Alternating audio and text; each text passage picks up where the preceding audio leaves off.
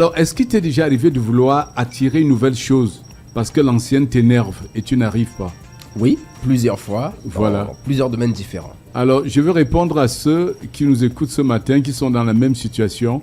Tu veux te débarrasser d'une chose. Tu as une vieille voiture qui t'énerve, qui te cause des soucis.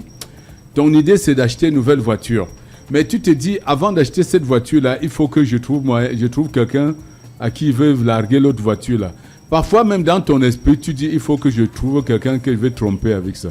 Que je vais tromper, ça va aller mourir dans le bras de la personne. Et quand tu as déjà mis dans ta tête que c'est juste pour tromper quelqu'un et t'en débarrasser, est-ce que tu te rends compte que trouver un client devient aussi compliqué que le fait que tu veux tromper quelqu'un?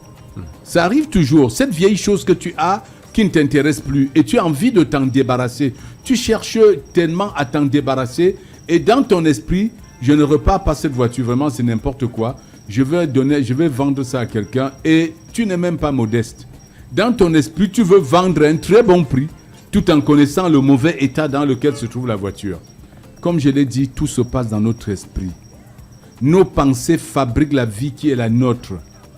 Nos pensées façonnent notre vie, notre quotidien. Si dans tes pensées, tu détestes la chose que tu veux vendre et tu penses que ça doit faire le bonheur de quelqu'un d'autre malgré les pièges que tu connais à l'intérieur, sache que tu vas souffrir beaucoup pour atteindre ce but. Parce que l'univers est le meilleur juge que nous avons. Tu vas beaucoup trimer. Et pendant que tu trimes, cette voiture va encore s'endommager davantage. Prenons si c'est le cas d'une voiture. Cette chose alors va encore se détériorer davantage parce que tu ne prends plus soin. Tu cherches juste quelqu'un entre les mains de qui déposer pour qu'il aille gérer les problèmes. Il y en a même, il te vend une voiture et il te ment sur son adresse pour que jamais tu ne le retrouves. Quand il te vend la voiture, là, il dit bon débarras. Or, très souvent, vous avez beaucoup de peine à vendre ces choses.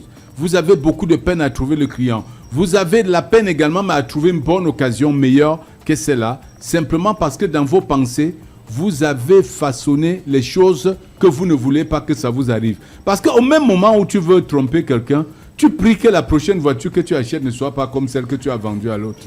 Tu te dis, si je trompe quelqu'un, il prend ça, il ne faut pas que quelqu'un me trompe aussi. Alors tu es déjà engagé dans un processus de tromperie.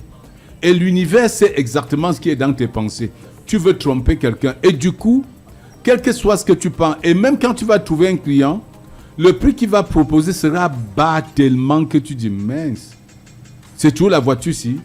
Mais maintenant, change un peu tes pensées.